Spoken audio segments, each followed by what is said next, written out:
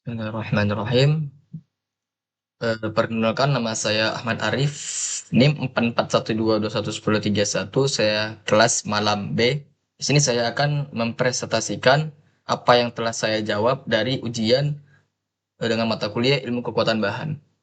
Soal nomor 1 yaitu, dalam sebuah industri fabrikasi, sebuah batang aluminium dengan panjang 1,5 meter dan diameter 4 cm sedang diuji untuk mengetahui responnya terhadap gaya aksial. Gaya sebesar 40 kN diberikan secara perlahan hingga batang mengalami panjang sebesar 2 mm. Modulus elastisitas aluminium adalah 70 GPa. Namun saat itu menggunakan material yang berbeda dengan panjang dan diameter yang sama, yaitu baja dengan modulus elastisitas 200 GPa. Pengujian sama dilakukan, akan tetapi gaya yang diberikan pada batang baja adalah 40 kN, sama seperti gaya yang diterapkan pada batang aluminium. Kemudian ada 3 soal di sini. Sub soal nomor 1, kita diperintahkan untuk menghitung tegangan dan regangan yang terjadi pada batang aluminium. Kemudian, sebelum kita mencari jawabannya, alangkah baiknya terlebih dahulu kita mencari tahu, diketahui terlebih dahulu. Untuk tegangan, diketahui panjang mula-mula yaitu sebesar 1,5 meter untuk aluminium ataupun baja. Kemudian diameter sebesar 4 cm. Kemudian F ataupun gaya tarik sebesar 40 kN untuk aluminium, 40 kN untuk baja. Kemudian ada modulus elastisitas itu sebesar 70 GPa dan 200 GPa. Dan yang terakhir itu delta L atau perpanjangan perubahan panjang yaitu sebesar 2 mm. Di sini kita mendapatkan rumus untuk tegangan yaitu sigma sama dengan F dibagi A atau sigma sama dengan gaya tarik dibagi luas penampang sama dengan Pi untuk rumusnya yaitu Pi dikali diameter pangkat 2 dibagi 4. 4 di sini cm ini kita ubah satuannya menjadi meter yaitu 0,04 meter. Kemudian untuk selanjutnya sama dengan Pi ataupun 3,14 dikali 0,04 persegi pangkat 2 dibagi 4. Sama dengan Pi 3,14 0,0016 dibagi 4. Dan kita akan mendapatkan hasil sebesar 0,001256 meter persegi. Kemudian setelah kita mendapatkan hasil ini, kita mengubah satuan dari kilonewton. Sigma sama dengan 4 kilonewton, kita ubah satuannya menjadi newton sebesar 40.000 newton. Dibagi 0,001256 dengan hasil sebesar 31,85 megapascal. Setelah kita mendapatkan rumus tegangan ini, kemudian kita diperintahkan untuk mencari regangan sekalian.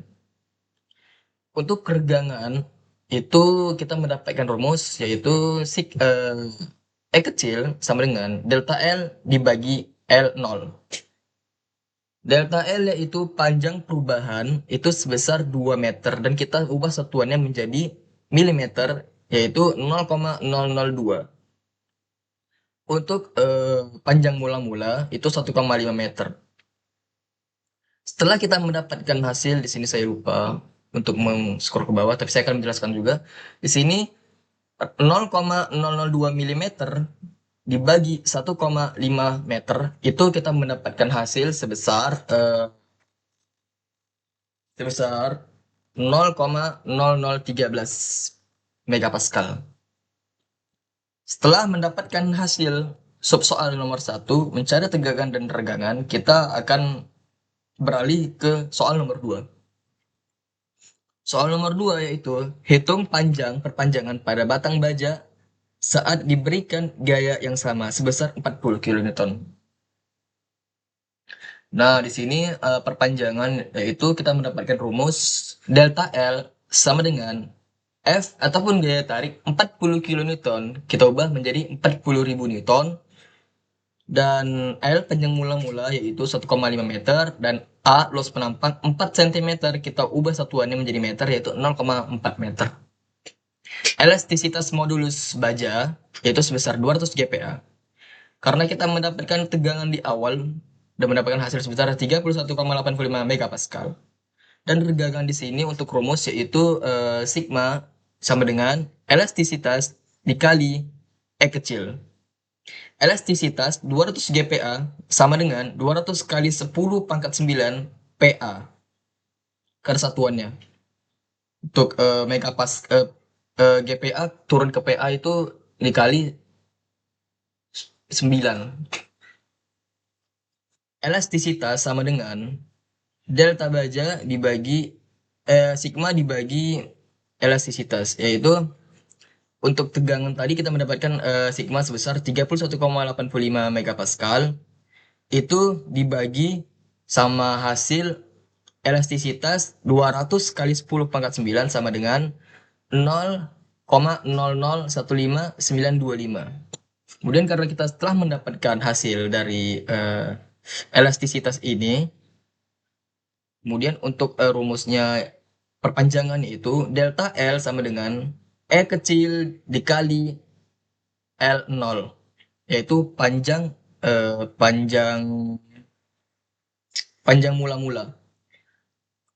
Delta L sama dengan 0,0015925 dikali panjang mula-mula yaitu 1,5.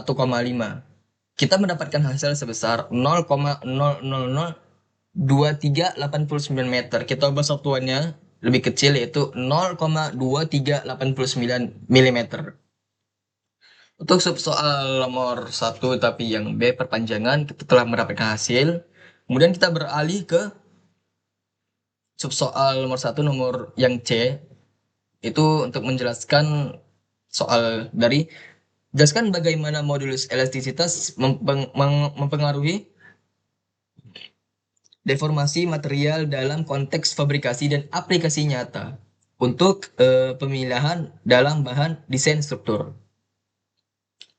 Subsoal C yaitu modulus elastisitas berfungsi sebagai pengukur kekuatan material semakin besar, nilai modulus elastisitas semakin kecil deformasi atau perpanjangan yang terjadi saat material menerima beban tertentu.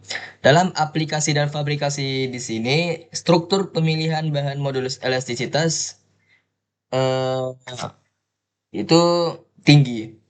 Seperti baja, bermanfaat untuk struktur yang memerlukan kestabilan deformasi di bawah beban besar.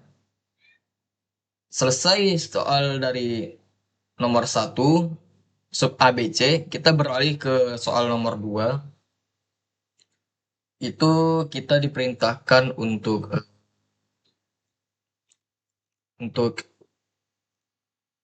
ini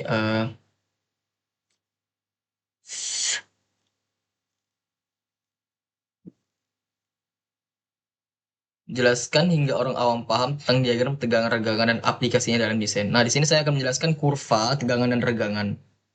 Balik lagi ke jawaban saya.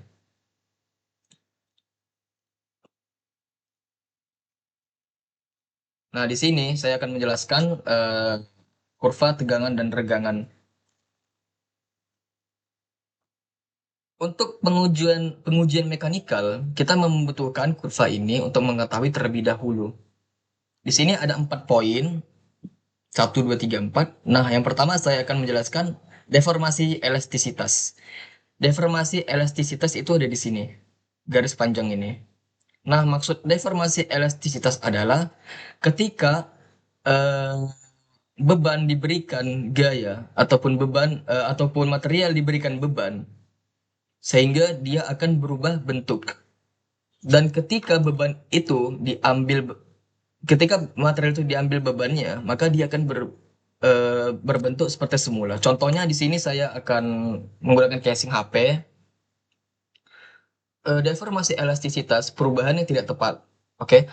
Di sini jika kita memberikan beban, maka dia akan menjadikan deformasi. Nah, elastisitas di sini berarti merupakan perubahan tidak tetap. Dan jika kita mengambil beban tersebut, maka bentuknya akan kembali normal. Seperti ini. Kemudian kita beralih ke titik dulu. Saya akan menjelaskan deformasi plastis dulu. Dan setelah deformasi elastisitas selesai, kita akan masuk ke deformasi plastis, yaitu ultimate strength. Contoh deformasi plastis ini yaitu perubahan tetap. Contoh ini apa namanya, casing HP ini saya berikan beban besar 10 kilonewton atau 10.000 newton, kita berikan beban, kita tambah lagi beban 20.000 kilonewton, dan dia ketika kita akan mengambil beban tersebut, perubahan bentuknya tidak akan berubah karena perubahannya tetap, yaitu deformasi plastis. Saya ambil bebannya, tapi dia tetap. Oke, sampai di sini kita beralih ke titik luluh, yaitu yield. Di sini titik luluh sebenarnya bukan titik, itu area. Cuman karena literatur orang tuh banyak bilang titik, ya kita juga bilangnya titik. Tapi sebenarnya di sini area, area sangat kecil ini. Nah, titik luluh ini ketika deformasi elastisitas telah melampaui batasannya, dia akan mencapai ke yield strength ataupun titik luluh. Nah, dia seperti ini, dia kayak turun baru naik titik, turun ini dia memang di titik luluh. Di sini masih titik aman, titik kuat.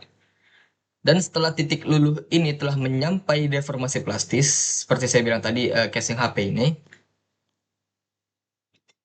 masih aman di sini, masuk ke deformasi plastis, di antara deformasi elastisitas dan deformasi plastis, pokoknya ada titik luluh. Dan setelah deformasi plastis ini telah diberikan beban sebesar 20 kilonewton ataupun 2000 newton, 20.000 newton, dia akan berada di fracture atau titik patah. Kita taruh, tambah lagi 30 newton, tambah 40 newton, dan akhirnya dia tidak akan kuat menahan beban 40.000 kilonewton. Dan apa yang terjadi akan patah, fracture di sini.